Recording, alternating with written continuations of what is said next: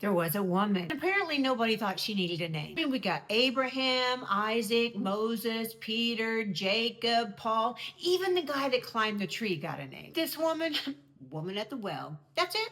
No first name, no last name, no nickname, like nothing, which is kind of stupid because she's one of the most talked about women in the Bible. Now, before you go getting all judgmental about the woman at the well, some of y'all have had 5 husbands, and some of us have been in way more relationships than that. Some of us have broken up with the same man 3 different times and then acted shocked when the 4th version of him wasn't any different. Some of us have even prayed, Lord, please take him from my life. And then we got lonely, and you know what happened next? It's 10 p.m. Get out our cell phone and we're like, hey, stranger, like I just heard our favorite song and it got me thinking about you and, you know, how things just kind of maybe failed and maybe it was my fault and maybe we should try again. I miss you and oh, I love you so much. Girl, you know I'm not the only one. So she goes to the well carrying this big jug and maybe just a little bit of shame and disappointment and a tiny bit of regret or maybe just no regret at all. Maybe like she was past the point of carrying it all. Honestly, y'all, like carrying emotional baggage and a water jug, that's like doing CrossFit.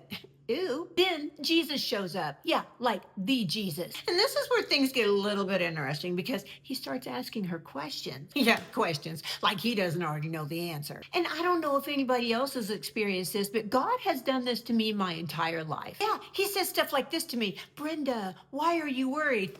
I don't know, Lord. I mean, you know what's going on with me. You're God. You know the answer to this question. You created me. You created my mind. You know how chaotic I am. You were there. You saw the whole thing plan out. You have access to information that I clearly don't have. So why don't you tell me? Then Jesus, out of nowhere, asked this woman at the well about her husband. And I can almost see her standing there like looking around, looking at the ground, looking back up at him, just embarrassed. She's just trying to figure out like how much information she's willing to share. Like, I wonder how much he actually knows. Like, why is he asking me this question? Does he know people in town that know me? You know that pause, like the one where you're trying to figure out just like, am I going to tell the truth or am I going to sugarcoat it a little bit to make myself not look as bad? Jesus said to that woman, you've had 5 husbands and the one you're currently with doesn't even belong to you. You know what gets me about this story? Jesus already knew. But of course he knew. It's the fact that he stayed. Yes, he stayed. He stayed in the conversation.